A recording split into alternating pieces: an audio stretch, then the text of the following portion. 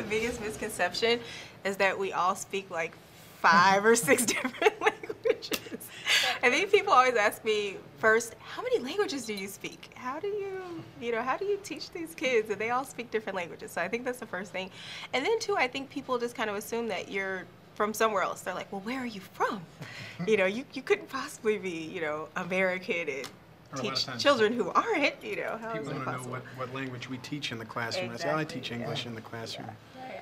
And also, I think folks want to know if the issues of refugees, if it comes up during the classroom, it really doesn't. The kids don't want to write about their experiences in the refugee camps. It's more that they just want to, live life and be with their family and learn English. I find it interesting when students don't share a common language and really don't speak English, and yet they seem to be having a really good time with each other. Always make an effort to learn each other's languages. Yeah. Like, that's the first thing they want to know. How do you say hi, bye, and then of course all the probably the bad things I should know how to say. I had a girl at Soland 2 years ago, and she spoke no English, and she spoke only Korean. She walked up to me and she goes, "¿Cómo estás?" I said, "Bien usted?" She said, "Está bien." I said, "Where did you learn that from?" She goes, "Well, Carlos taught me that." They definitely soak it all up. They're excited about coming to class. Some of the kids at first weren't on the roster, and they just said they wanted to come to summer school and learn English and, be with their friends and have lunch with their friends. So, that's definitely something that they came here to do.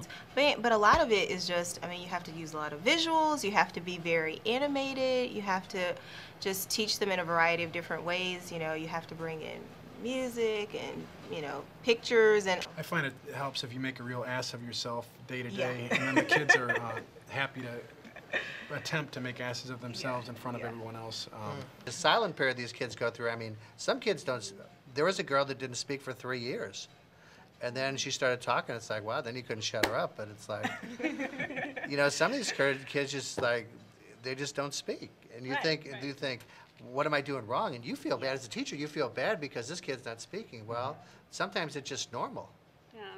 Well, the silent period's supposed to last at least a year. Yeah, 6 months to a year. Sometimes 2 years, kids don't speak, but they're processing everything, and their brain's making connections, and all of a sudden, it's like they just talk. It's like, yeah, she said a word. It can't just be, lecture style or, take notes out of a book. That just, it doesn't work with these kids at all. It just doesn't work. And some people think a lot of these kids communicate orally after 9 months to a year, 18 months, and you hear people say it's like, well, I heard them speak, their English is very good.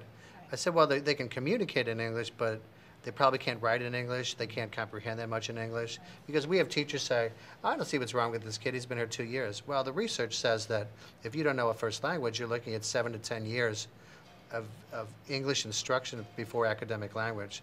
One of the things that I start to notice a great deal of growth is when they can tell you a joke. And I'm always like, oh, he told a joke. He's got it. So that would be one for me, I think.